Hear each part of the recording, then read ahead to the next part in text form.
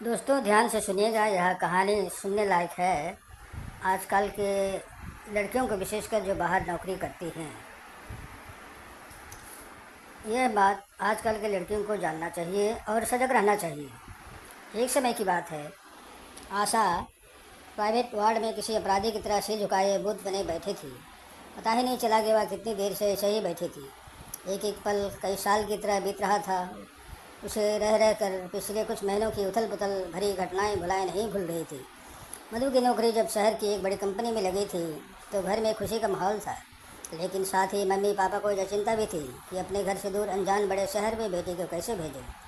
आखिर वह कहाँ कैसे रहेगी। फिर उसने ही मम्मी पापा का हौसला बढ़ाई थी। जब ये लोग शहर पहुँचे तो मम्मी पापा उसे नौकरी ज्वाइन कराकर उसकी ही जैसे 3 और लड़कियों के ग्रुप में छोड़कर घर लौट आया। थोड़े ही दिनों बाद उनमें से 2 लड़कियों के रहने का इंतजाम उनके साथियों ने कर दिया। मधु और एक दूसरी लड़की जिसका नाम प्रीति था भी इसी कोशिश में लगी रही कि रहने का कोई दूसरा इंतजाम हो जाए तो ज़िंदगी ढर्रे पर आ जाएगी। एक दिन मधु और प्रीति कंपनी में कैंटीन से लौट रही थी तो स्मोकिंग जोन से एक लड़के ने मधु का नाम लेकर पुकारी। मधु बोली, कौन? वह बोली, मैं आशा हूँ। सुना है तुम रहने की जगह देख रही हो। मेरे पास जगह है, कल मैं इसी समय इधर से मिलूँगी। सोचो और फैसला ले लो। वह खुली सोच वाली लड़की है, पर है दिल की साफ। साथ ही यह भी है कि वह तलाकशुदा माता पिता की इकलौती औलाद है। मधु और प्रीति को तो जैसे मनचाही मुराद मिल गई। उन्होंने फ्लैट देखा और पसंद आने पर उसके साथ रहने लगी। एक दिन आशा की तबीयत ठीक नहीं थी, इसलिए वह उस दिन दफ्तर नहीं गई। जब शाम को मधु और प्रीति घर लौटी तो उन्होंने आशा के साथ एक लड़के को बैठे देखा। आशा ने बताया कि वह लड़का उसका दूर का भाई है और अब उनके साथ ही रहेगा। न सुन मधु और प्रीति उस पर काफ़ी नाराज़ हुई, लेकिन आशा इस बात पर अड़ी रही कि वह उसके साथ ही रहेगा। उसने तो यहाँ तक कह दिया कि वह चाहे तो अपने रहने का इंतजाम दूसरी जगह कर सकती हैं। यह सुनकर वे सन्न रह गईं। इसके बाद मधु और प्रीति डरी सहमी उनके साथ रहने लगी। आशा का वह दूर का भाई कुछ दिन तो बालकनी में सोता रहा, लेकिन बाद में वह उसके बेडरूम में ही शिफ्ट हो गया। जब उन्होंने इतराज़ किया तो आशा बोली, मेरा रिश्तेदार है और मेरा ही फ्लैट है, तुम्हें क्या दिक्कत है?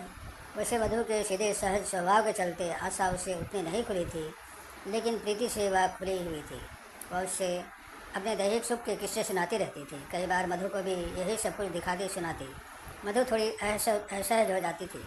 मधु ने उसी समय यह तय किया कि वह अब इन लोगों के साथ नहीं रहेगी। वह अगले दिन दफ्तर में पापा की तबीयत खराब होने का बहाना बनाकर अपने शहर चली गई और घर के लोग मधु के तय समय से 15 दिन पहले ही अचानक आ जाने से खुश तो बहुत हुए, पर समझ नहीं सके कि वह इतने दिन पहले कैसे आ गई। लेकिन उसने उस समय घर वालों को यह नहीं बताया कि वह किस वजह से आई थी। कुछ दिन वहाँ रुक कर मधु वापस आ गई। उसने प्रीति को रेलवे स्टेशन से ही फ़ोन लगाया। उसने बताया, तेरे जाने के बाद अगले ही दिन मैं भी अपने शहर चली गई थी, क्योंकि आशा और उसके भाई के साथ रहना मुझे बहुत भारी पड़ रहा था।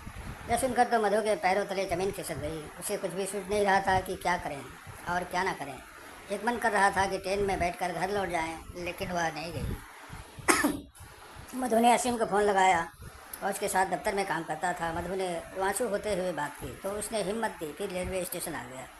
असीम ने मधु को समझा बुझाकर आशा के फ्लैट पर रहने के लिए राज़ी किया। वह उसे वहाँ लेकर के भी गया। आशा और उसका भाई, जिसका नाम कुणाल था, उनको देखकर हैरान रह गए। फिर सहज होते हुए आशा ने मधु को गले लगा लिया। अरे वाह, तू भी वेल डन। आशा ने असीम की ओर देखकर उसे एक आंख मारते हुए कहा, तू जैसा समझ रही है वैसा कुछ भी नहीं है। मधु एकदम सकपका गई। कोई बात नहीं यार, शुरू में थोड़ा अटपटा लगता है, फिर मज़े ही मज़े। आशा बोली, तू गलत समझ रही है। मधु ने उसे फिर समझाने की कोशिश की, लेकिन उसने उसे मुंह पर उंगली रखकर चुप रहने को कहा। इशारा किया और फ्रिज से कोल्ड ड्रिंक निकाल कर सबको देने लगी। असीम कुछ समझ नहीं पा रहा था, या समझ कर भी अनजान बन रहा था, कहना मुश्किल था। फिर बातों ही बातों में आशा ने अपने और कुणाल के बारे में सब कुछ बेबाकी से बताया। मधु की उम्मीद के उल्टा कुणाल ने उन सबको बड़ी सहजता से लिया। जब असीम वापस जाने लगा तो उसने कहा कि वह मधु के रहने का दूसरा इंतजाम करेगा, और यह भी कि तब तक वह बराबर आता रहेगा। हमारी कोई शादी नहीं हुई है तो क्या फ़र्क पड़ता है, देखेंगे, जब ज़रूरत लगेगी तब कर लेंगे, ऐसे रहने में क्या ही बुराई है, आशा ने कहा। आशा अक्सर मधु से बातें करते हुए कहती थी। मधु को कई बार यह भी लगता था कि यह सच ही तो कह रही है। एक दिन मधु शाम को दफ्तर से घर लौटी तो पाया कि आशा और कुणाल ब्लू फिल्म देख रहे थे। मधु को लगा जैसे वह उन दोनों का बेडरूम ही हो। उनके कपड़े यहाँ वहाँ बिखरे पड़े थे, शराब की बोतल मेज़ पर रखी हुई थी। वे दोनों इस फिल्म में पूरी तरह डूबे हुए थे। अजीब सी आवाज़ों से मधु को सांस कर दिया था कि वह जल्दी से अपने कमरे की ओर बढ़ी तो आशा ने उससे कहा, हमारे साथ बैठो और ज़िंदगी का मज़ा लो। मधु ने उससे अनसुना करके खुद को कमरे में बंद कर ली। फिर यह सिलसिला चलने लगा। असीम भी अक्सर वहीं आ जाता था।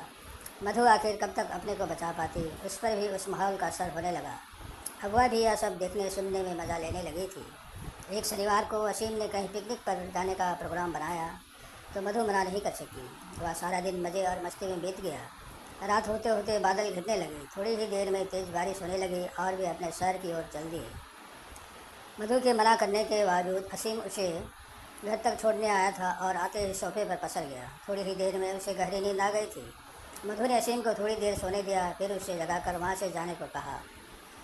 इतने में टेलीविज़न पर उनके फ्लैट के पास वाले मॉल में बम धमाका होने की खबर आई। पुलिस हरकत में आती तब तक वहाँ दंगा शुरू हो चुका था। आशा और कुणाल खुश हो रहे थे कि दंगा होने से कंपनी से छुट्टी मिलेगी और वे मज़े करेंगे।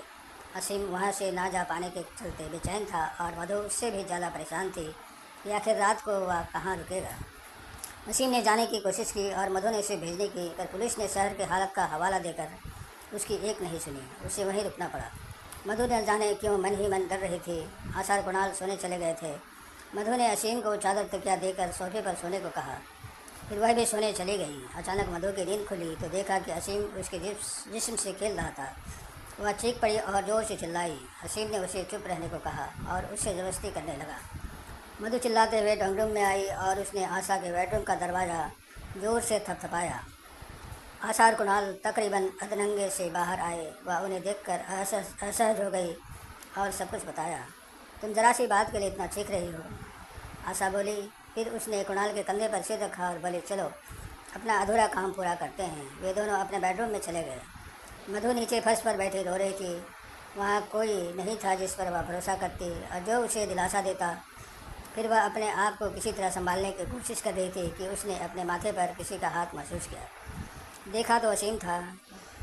लो पानी पी लो। असीम पानी का गिलास लिए खड़ा था। मधु ने ज़ोर से झटक कर गिलास फेंक दिया। मधु ने जलती आंखों से उसे देखा तो एक पल के लिए वह सहम गया। फिर उसने मधु के मुंह से गिलास लगा दिया। मधु ने पानी पीकर उससे पूछा, तुमने ऐसा क्यों किया? असीम ने उससे बड़े प्यार से समझाते हुए कहा, क्या मुझसे शादी करोगी? मुझे नहीं करनी किसी फरेबी से शादी। मैं पुलिस के पास जा रही हूँ। मधु हिम्मत करके उठी। शौक से जाओ, कहकर असीम ने फ्लैट का दरवाज़ा खोल दिया। मधु बिल्डिंग के बाहर आई। उसे देखकर दरबार ने चिल्लाया, मेम साहब अंदर जाइए, पुलिस को देखते ही गोली मार देने का आदेश है। तब मधु को उससे पता चला कि शहर के हालत कितने ख़राब हो गए थे। वह थक हार कर वापस आ गई। मधु कुछ दिनों तक गुमसुम रही, लेकिन आशा के कहने पर वह असीम के साथ लिव इन रिलेशन में रहने लगी। मधु ने एक दिन पूछा तो पता चला कि आशा पेट से है और कुणाल, जो कल तक दिन रात शादी की बात करता था, शादी से मुकर रहा था। जब आशा उसे शादी के लिए बराबर कहने लगी तो वह उसे मारने पीटने लगा। यह देखकर मधु दौड़ी और उसने कुणाल को रोका। उसने उन दोनों को समझाने की कोशिश की, पर वे अपनी अपनी बात पर अड़े थे। जब आशा कुणाल पर ज़्यादा दबाव डालने लगी तो वह शादी करने से एकदम मुकर गया और कभी शादी न करने की बात कहकर वहाँ से चला गया। मधु और आशा उसे रोकती रह गई। आशा किसी घायल पक्षी की तरह तड़पती रही। मधु को उसकी यह हालत देखकर दया भी आई और गुस्सा भी। आशा की इस अनचाही खबर के कुछ दिन बाद ही मधु को भी यह एहसास हुआ कि वह भी पेट से है। तब उसके पैरों तले ज़मीन खिसक गई। उसने असीम से यह खुशखबरी कही तो उसने लापरवाही से कहा, ठीक है, देखते हैं क्या हो सकता है। मतलब हम जल्दी ही शादी कर लेते हैं, मधु ने खुशी से कहा। अभी हम शादी कैसे कर सकते हैं? अभी तो मेरा प्रोजेक्ट चल रहा है। वह पूरा होने में 1 आध साल लगेगा, उसके बाद देखा जाएगा, असीम बोला। फिर हमारा बच्चा? मधु ने पूछा। हमारा नहीं, तुम्हारा। वह तुम्हारा सिर दर्द है, मेरा नहीं, असीम बेशर्मी से बोला। तो मधु उसके बदले रूप को देखती रह गई। मधु जब असीम से शादी करने के लिए बराबर कहने लगी तो एक दिन वह भाग गया। पता करने पर मालूम हुआ कि वह तो कंपनी के एक प्रोजेक्ट के सिलसिले में विदेश जा चुका है। साथ ही यह भी कि उसका विदेश जाने का तो पहले से ही प्रोग्राम तय था, लेकिन उसने मधु को इस बारे में हवा तक नहीं लगने दी थी। मधु हाथ मलते रह गई। अब वह और आशा एक ही दुख की दुखियारी थी। आशा और मधु ने बराबरी से बच्चा गिराने का फैसला लिया। डॉक्टर ने भी भरपूर फ़ायदा उठाया, उनसे मोटी रकम ऐठी। आज आशा की बच्चा गिराने की बारी थी और मधु उसकी देखभाल के लिए साथ आई थी। कल को उसे भी तो इसी दौर से गुजरना है। अचानक दरवाजे पर हुई हलचल से मधु का ध्यान टूटा। नर्सिंग स्टाफ आशा को बेसुध हालत में बिस्तर पर लिटा गया। उन्होंने जिस सुख को अपनी ज़िंदगी मान लिया था वह मरीचिका की तरह सिर्फ सलवा साबित हुआ था। समाप्त। भाइयों और बहनों, धन्यवाद सुनने के लिए। इससे कुछ आपको सीख मिले तो सीखिए। धन्यवाद।